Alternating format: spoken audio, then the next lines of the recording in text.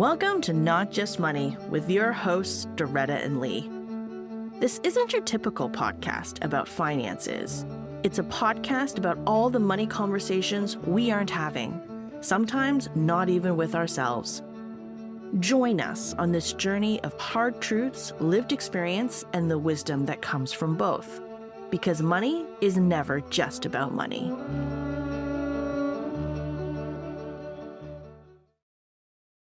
Hey Lee, ready for this? Deeper dive into social media advertising?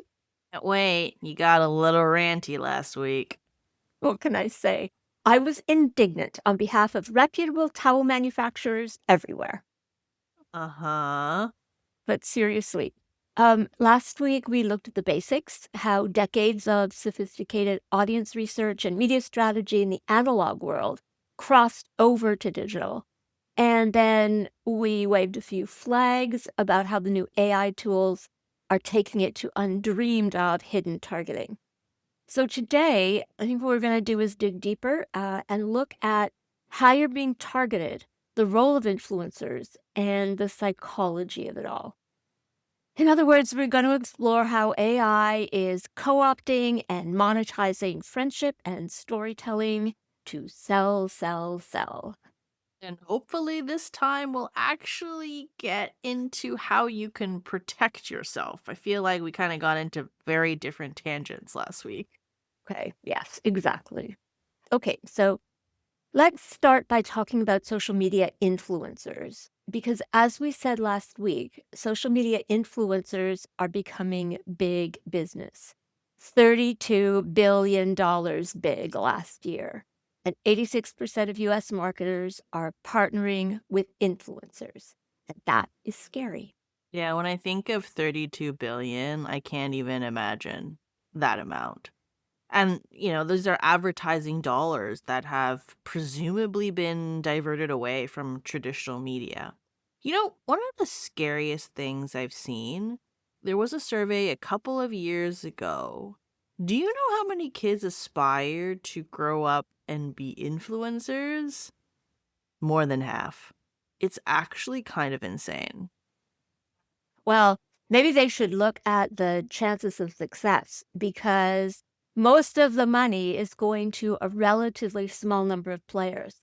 It's estimated that there are something like 50 million aspiring influencers out there, all of them trying to earn money as influencers across all the platforms, like Instagram and TikTok and YouTube and Twitch and LinkedIn, X, Facebook, blah, blah, blah.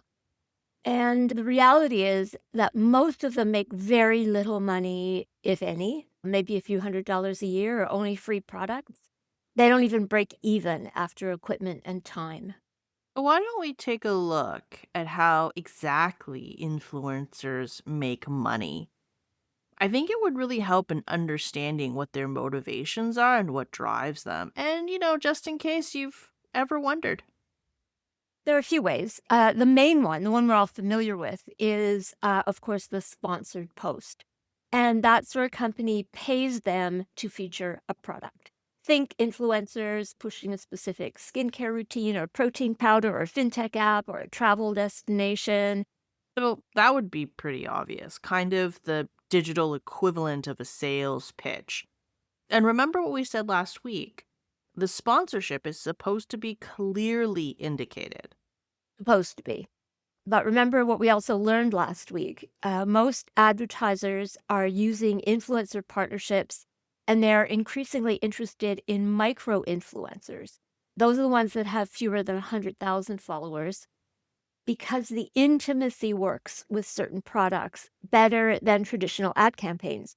So an influencer who has a kind of close relationship with their followers, demonstrating a skincare routine, for example, can actually move more product than a glossy magazine can, and at a fraction of the price.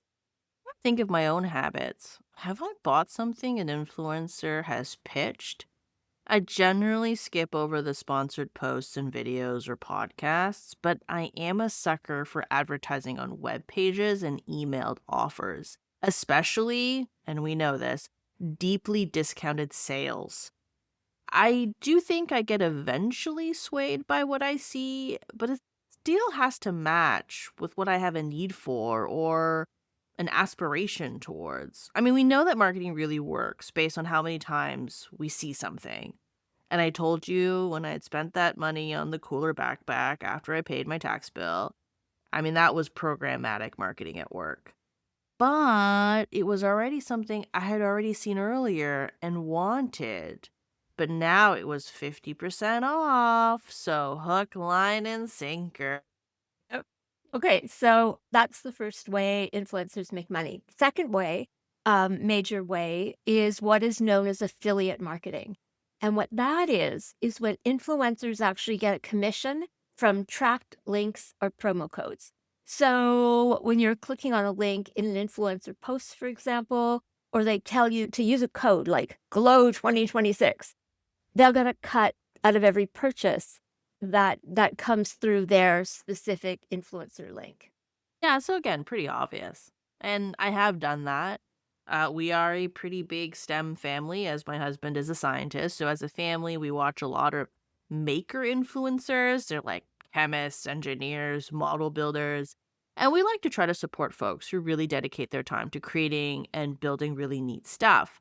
So for my husband's birthday one year, I got him a subscription to a maker set and I used the promo code from one of the people they sponsored. And I think I got, I don't know, 20, 30% off. Pretty worth it. Yep. So in Canada, sponsorships and affiliate marketing, those are really the ways that most influencers make most of their money, at least as far as I could tell. There are a few other ways, though. One of them is platform advertising revenue sharing. And that's where the platform itself shares advertising revenue, but it isn't offered everywhere or from every platform. And some of the best known ones are actually not available in Canada. And we actually see influencers trying to build significant income leaving Canada to go to the States because the possibility for earning more money is bigger there. And where it is offered, you have to qualify for it. So you have to have a minimum number of followers, etc. And then there are influencers who are actually selling product, cosmetics, clothes, courses, supplements, books, apps, memberships, all that kind of stuff. So would these people be entrepreneurs first, as in they make their product versus influencer first? In a weird way, I think that distinction matters. Since these folks are probably not hiding their intentions, this social channel is about whatever product that, we stand behind because we make it. Yeah, and I think it really well could be that. I have, for example, bought some watercolor paints from one of the YouTube things that I watch to teach myself watercolors. And the particular product is something that artist influencer had actually developed and put together herself. So, could be. Oh, fun. Yeah. So there are also paid subscriptions and donations, Patreon, channel memberships, paid communities, and actually just outright gifts. Gifts? What kind of gifts? Well, apparently some influencers actually maintain a gift registry. And there are actually companies that they are a part of that do the gift registry piece of it. And then companies and individual followers can just send them stuff for them to review. It does kind of sound like a wedding in a way, but I mean, that's one way to generate content too. As I think of it, there are also some influencers who use it as an engagement strategy.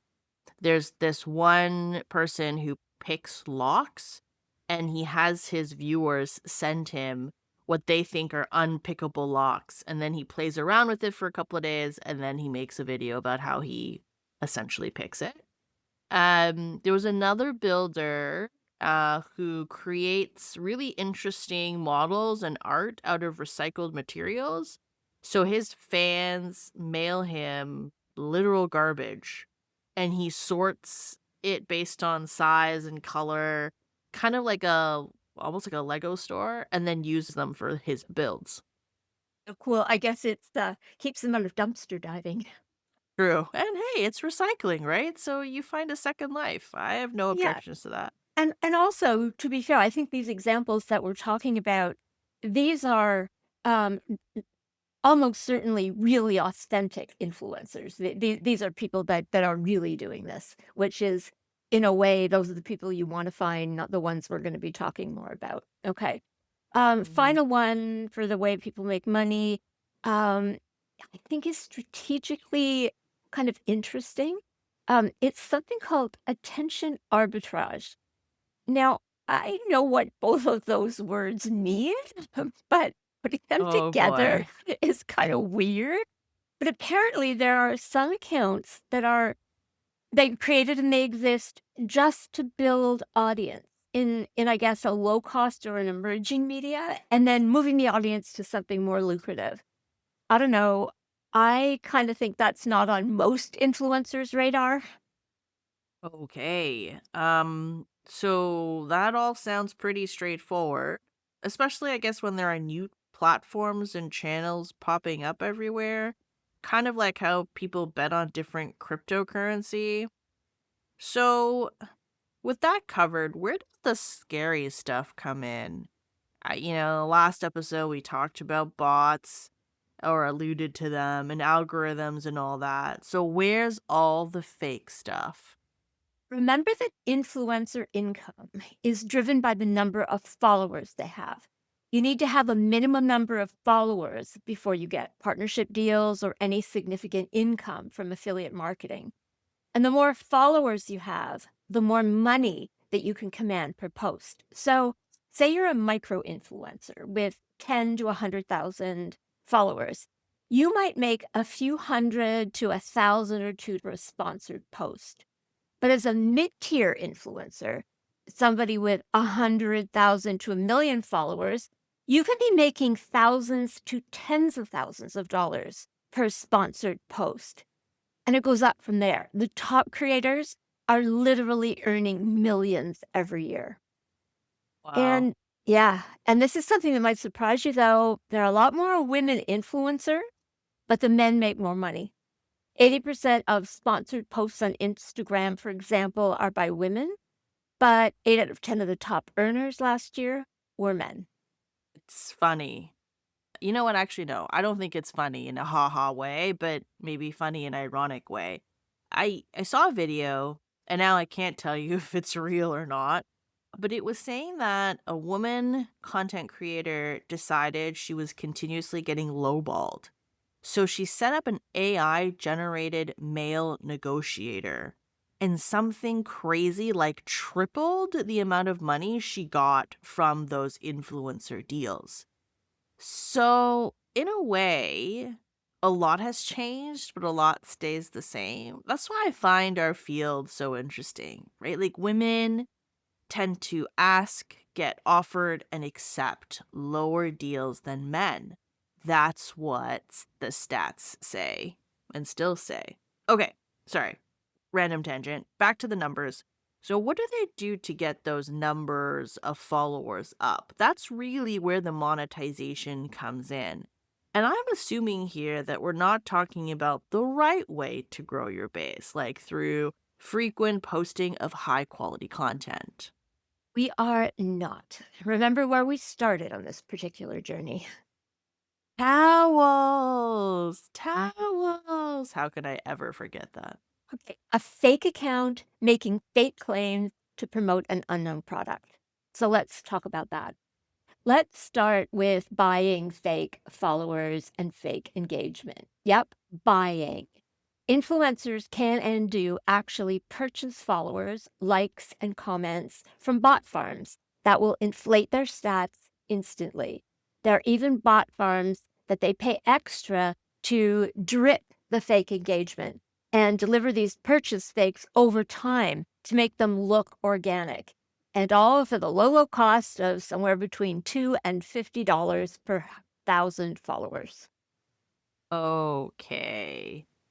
If we're going there, I think we need to start with the basics. We throw around words like bot all the time, but do we all know exactly what we're talking about? What exactly is a bot? How do they work?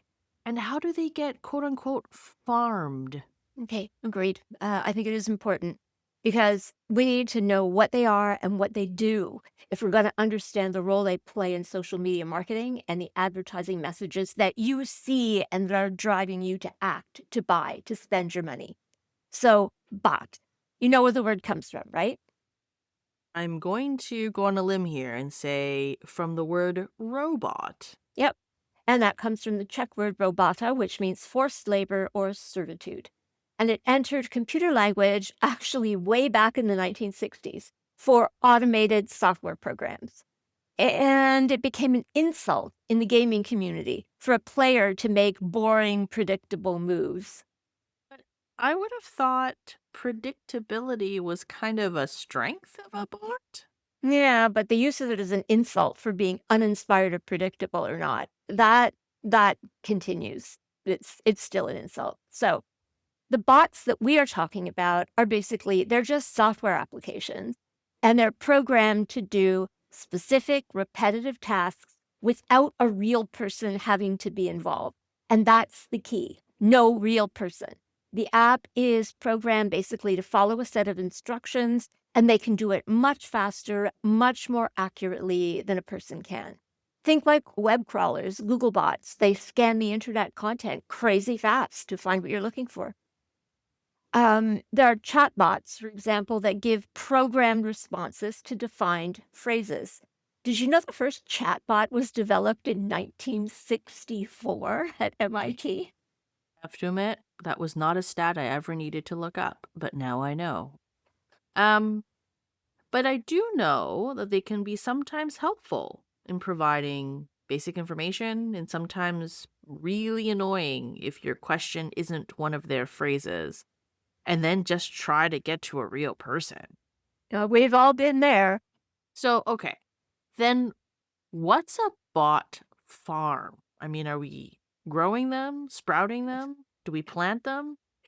That it's just a network of connected bots. And I gather at one point they were actually just banks and banks of cell phones, but now they're on SIM cards and tablets. And a farm can consist of a few bots or millions of bots. And they're spread out on different devices all over the world and then operated remotely. And they can be literally anywhere. But most of them seem to be in developing countries in Asia and Africa and Eastern Europe where labor's cheap. But as I say, they can literally be anywhere. Hmm. Considering the places you've listed, this does not sound legal or comforting. No, not the social media bots that we're talking about, which are the bots that are specifically programmed to operate on social media. Now, some people might think of them as chatbots, but they aren't. Chatbots have to be able to kind of interact and hold a conversation. And it actually takes, a reasonable number of people to manage chatbots and keep them serviced and up to date and all that kind of stuff. Social media bots mostly do not do that, at least not yet. They mostly just do really simple things like provide likes and follows. They're way easier to manage than most chatbots. The weird thing? Apparently, one person can manage hundreds or even thousands of social media bots at the same time. Dear Lord, what happens when they get AI enabled? That means a single person won't even need a network. They can run all of it themselves on automation, or they can build even more sophisticated followers where no one can tell they're bots anymore. I know, right? And it's kind of here already. There's a really interesting case that's been in the news in the last couple weeks about Spotify. I don't know if you've seen it, but this guy in the States has been convicted of creating songs with AI and then using a gazillion bots to stream them billions of times to steal royalties. So the way he was able to do this is because of how Spotify pays musicians and songwriters, which, by the way, musicians and songwriters are not very happy about and have been complaining about for ages. But basically, what Spotify does is there's a pool of advertising money, and it gets paid out based on how many times your work's been streamed. So all this fraudulent streaming that this guy was doing enabled him to steal literally millions of dollars in royalties that should have been paid to musicians and songwriters and other rights holders whose songs were actually being streamed. And get this, under the terms of his plea agreement, he's facing up to 5 years in prison and the forfeiture of $8,091,843.64 when he gets sentenced in July. I mean, as he should. I know. And maybe because he's the first, someone's gotta make an example of him. But I got nothing. I sometimes make this joke that if you got all these masterminds who build these sophisticated networks and schemes to steal or defraud people of their money, they all work together. I think we would have like world peace, end cancer, find the cures of all these diseases. I mean, who sits there and thinks, oh, this is a great use of my time? I mean, clearly it is very lucrative, but at some point, the rooster comes to roost. Okay, but is this a one-off? I mean, just how widespread is the use of bots? How much of the stuff we see on social media is truly fake? Not a one-off. A lot of it's fake in very many ways, as the song goes. Just take Facebook, for example. It's the single biggest platform. And in the fourth quarter of 2025, it removed, are you ready for this? Over 1 billion fake accounts. And that was up from 698 million in the third quarter. This is according to Statistica, by the way. TikTok removes about 1 billion fake accounts every year. Yeah. I saw a story the other day. What is it? Instagram did a purge and Kylie Jenner lost 15 million followers. Yikes. Yeah, well, she's still one of the most followed people in the world. I think she's got somewhere between 350 and 400 million. So I don't think she'll miss the 15 million fake 15 million. accounts. The 15 Yikes. million fake accounts that were following her. Um, so in terms of social media influencers, though, there is really widespread use of fake followers, engagement bots, purchase likes, and just AI generated comments. What the platforms estimate are relatively low, like they'll say things like 5 to 15%, but what the independent researchers and stuff find, it's way higher than that. Some of the audits have found that on some accounts, as many as 50% of their followers, for example, are fake. And then there's the content itself. I mean, there was a study done by UNESCO 2 years ago. Okay, 2 years ago, old data, AI, nowhere where it is today.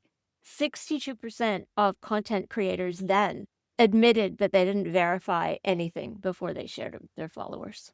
Gosh. And then when you add to that the image creation and fakery that many influencers indulged in, the filters, the fake backgrounds, the staged lifestyles, all to sell you products that will change your life because they are just like you and it changed theirs.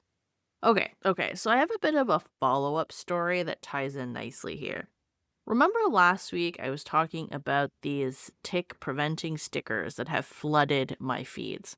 Yep. Well, after after I looked them up and realized they didn't work, I specifically marked their company as something I don't want to see anymore because it was getting a bit egregious. Then things got interesting. I started getting fed sponsored posts and by them as an organization, but from groups like the Scientific Center of Insects or for Mosquito Research, and the Community for Outdoor Adventurers, and some PhD doctor. I'm Okay. suspect. Yeah, right. And I'm like, okay, something is going on here. And since we did last week's episode, I felt the need to really dig in here.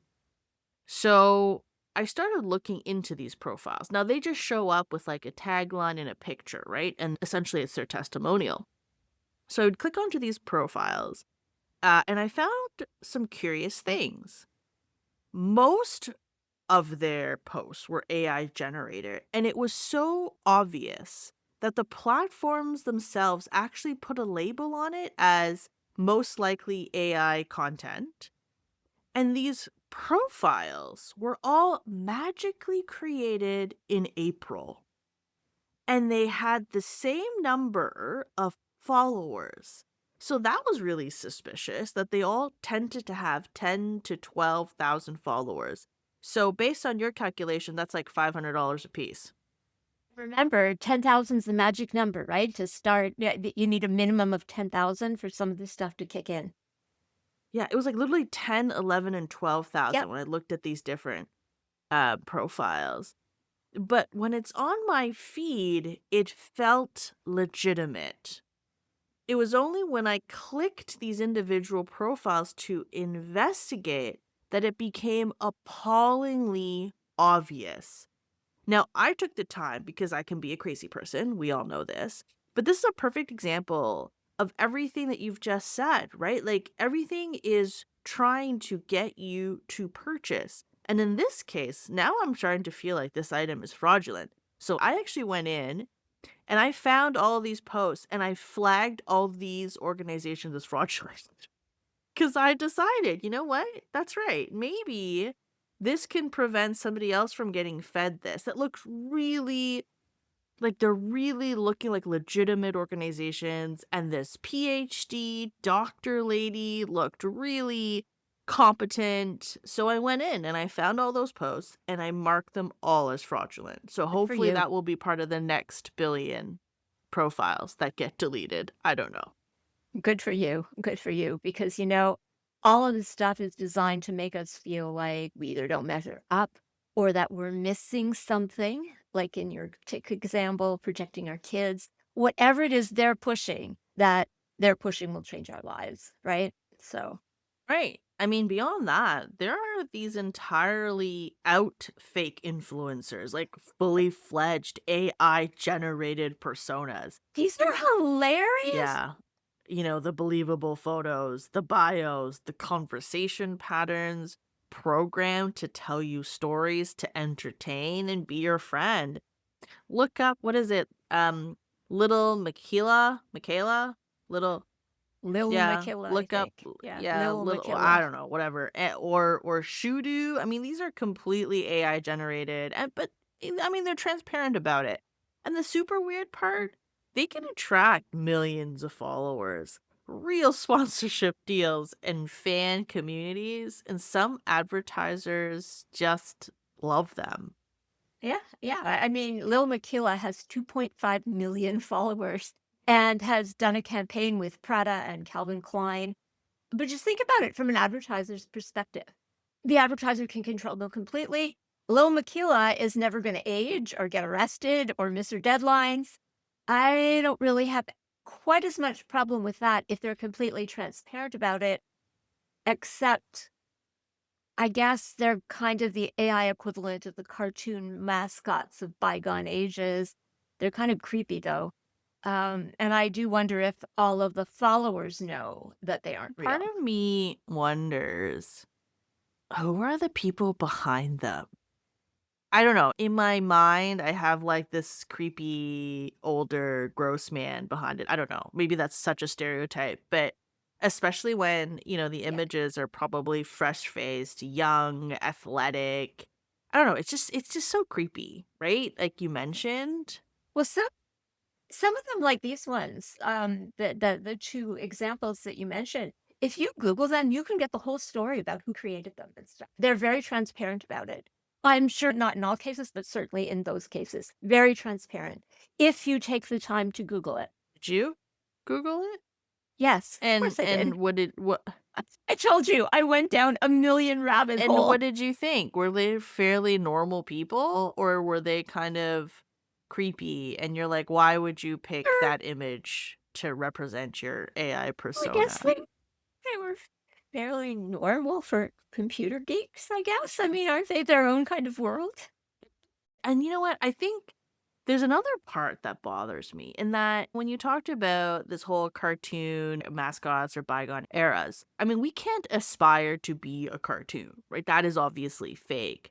but these created humanoids I want to emulate. And that can cause a lot of harm because they are not real. They will never get bloated or have bad skin, right? Like, there's just things about being human that an AI generated person wouldn't, I guess, unless their creator decided they should have a bad day. Okay, anyway, that's enough depressing weirdness. I'm Right. weirding myself Yeah. out now. I think it's time to think about ways to spot the bot. Okay. But I am going to add a caveat here. We can share ways that you can spot bots now, but keep in mind this is going to change and it's going to change really fast. The AI is getting better and better, both in terms of what ads it feeds you and how those ads are aligned with your behavior, past and future, and just in terms of the content itself. I think going beyond just knowing something is fake, think about how it affects your psychology. If it entertains you or you find helpful, that's one thing, but if it makes you anxious, depressed, or overwhelmed, the red flags that it's not good for you, question your choices. And you know when something is bad for you. If it is, you gotta quit. Maybe social media is the new smoking? Just know that skepticism is always going to be your best friend. Exactly. Remember that the superpower of the influencer is authenticity. They offer entertainment, aspiration, intimacy, relationships. That's why advertisers are redirecting dollars to influencers, including micro influencers who can be seen to be more niche, more important to their followers. So, like traditional ads say, buy this, but influencers say, I'm just like you. I understand you. This product made my life Yuck. so much better. It will Yuck. change Yuck, yours yuck, yuck, too. yuck. And if we're going to be really honest here, very few things that you can buy will change your life. But I'm willing to be proven wrong. So email us if you disagree. I love getting those emails, by the way. And I will always admit to being wrong if I am. And look, we aren't saying there are no authentic influence out there. No doubt there are. I like to think that we are trying to share what we know and are passionate about with all of you. And we hope you find them and that they bring some pleasure and information into your life. But know that there is so much fakery out there.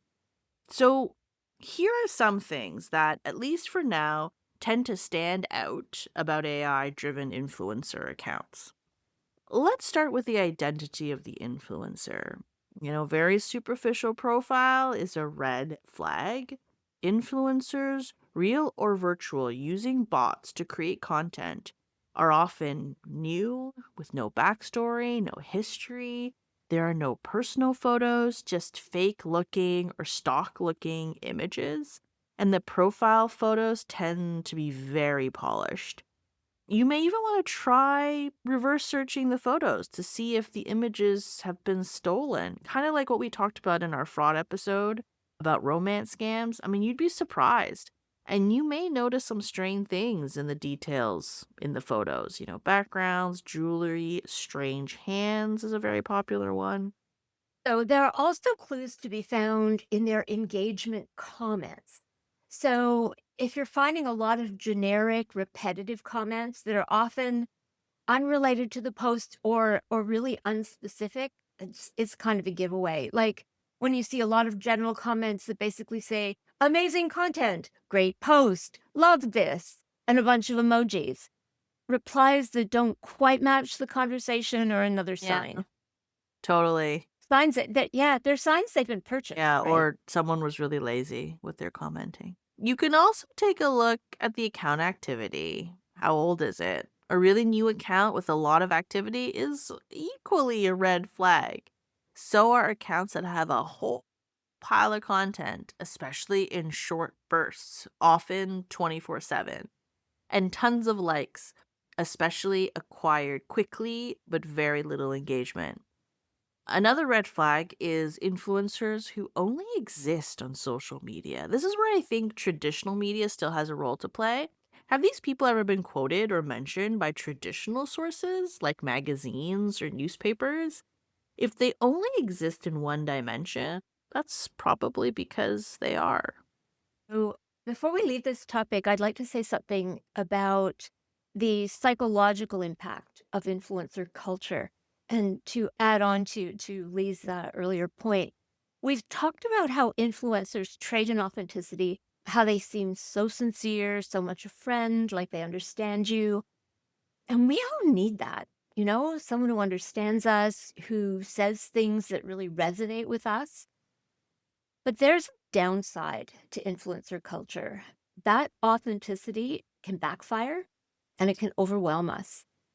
One of the things it can lead to is comparison anxiety and then overspending that so often happens to try to compensate for that. Yeah. The whole keeping up with the Joneses effect. Other people have beautiful vacations. So what about me? Aren't I deserving? Can't I live that life? But this kind of thinking can just diminish the happiness of our lives that we already feel in most cases, just because that is someone else's choice. And again, we've talked about this. We don't know how they're funding it. And good for them if that's how they want to live their lives. But it doesn't have to be yours. And it doesn't have to bring you unhappiness just because it's not the same life.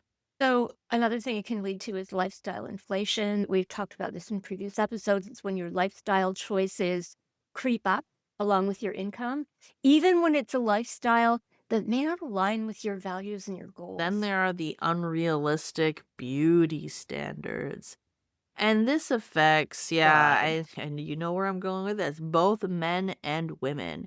I said before, AI will always have a tiny waist, perfect hair, perfect skin.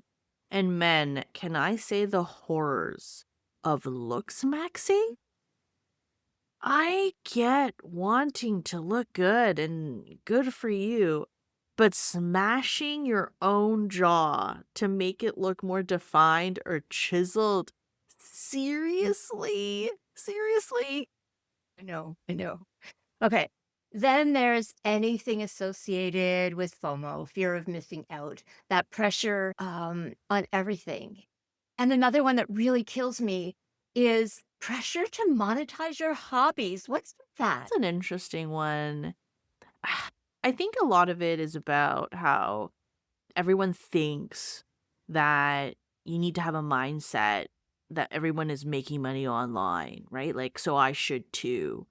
But sometimes a hobby is just a hobby. And if you want to share it, great. But you don't always have to put a price tag on it or earn income from it. Things can be valuable for other reasons other than making a quick buck. Think it's really sad. I mean, it can actually diminish something that brings us joy by monetizing it. I mean, you know me, I watercolor. I've been teaching myself from YouTube. It's happy doodling, gives me crazy joy. Someone recently offered to buy one. Seriously. Aww.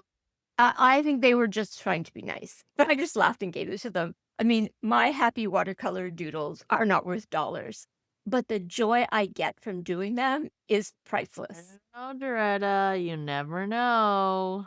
Now, if any of this resonates, remember that a healthy relationship with social media usually leaves you feeling informed, connected, and entertained if it doesn't step back. Eh, I hope that the spotlight was helpful. And I think it's time for today's 3 key learnings. Okay. Number one, building on a recommendation from last week, if you're going to buy something you see on social media, do your homework. Get out of the social media bubble and verify it independently. That super personal story from that ever so relatable influencers may look like serendipity. She or he who understands you so well, can see into your soul, just happens to recommend the most perfect thing at the most perfect time to make your life better. No, that's not a thing. What's really happening is that you are being targeted by sophisticated algorithms that deliver content designed to feed your personal spending impulse. And I would add to that, even after you do your homework and verify the product or the service, the quality, the price, Go back to basics with our earlier episodes on wants versus needs and how to control impulse spending. Use all the tricks we've taught you to reintroduce friction into the buying process and slow down that purchase decision. Leave things in your cart for a day. Delete your credit card info online. Do whatever it takes to delay the click. Okay, now that I've got that off my chest. Number 2, be humble. Don't assume that you can always spot the bot or identify AI generated content or even distinguish between real and AI generated influencers. Maybe you can today. Tomorrow, crapshoot. The technology is really good and it's getting better even as we speak. So be humble and be skeptical. Don't assume you can tell, because even if you can today, the technology is just getting better and it won't be long before you can't. For those who have seen or are fans of X-Files, trust no one. That should be your motto online.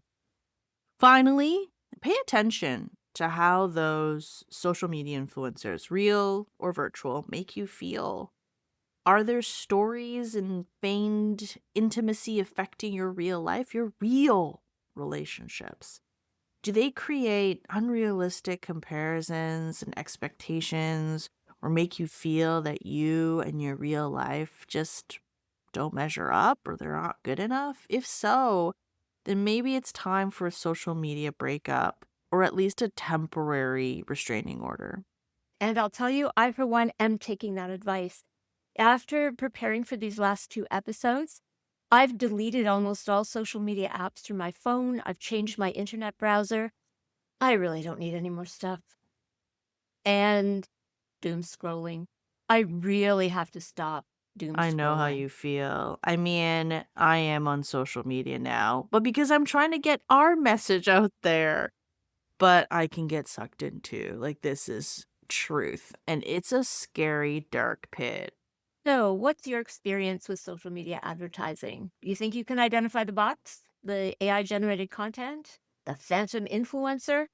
Let us know your tips and tricks. Drop us a line or 10 at notjustmoneypodcast@gmail.com. Good talk. You've been listening to Not Just Money with Doretta and Lee. Click on the show's description for links to resources related to today's conversation. Our aim is to share sources that provide objective information that can help you make informed financial decisions. Please rate and review our show. If you'd like to get in touch with us, email us at notjustmoneypodcast@gmail.com. If you'd like to be featured on the show, you can send us your questions and comments by a written email, audio file, or video file. Please include your name and city. This show is produced and edited by Lee, with original music by Leo Zhang cello and artwork by John Tu. Now for some legalese. Please note that the views expressed by our hosts and guests are theirs alone and should not be viewed as financial advice. This podcast is intended to be entertainment and educational in nature. Please seek additional professional support or information before acting on any podcast information. As always, good talk.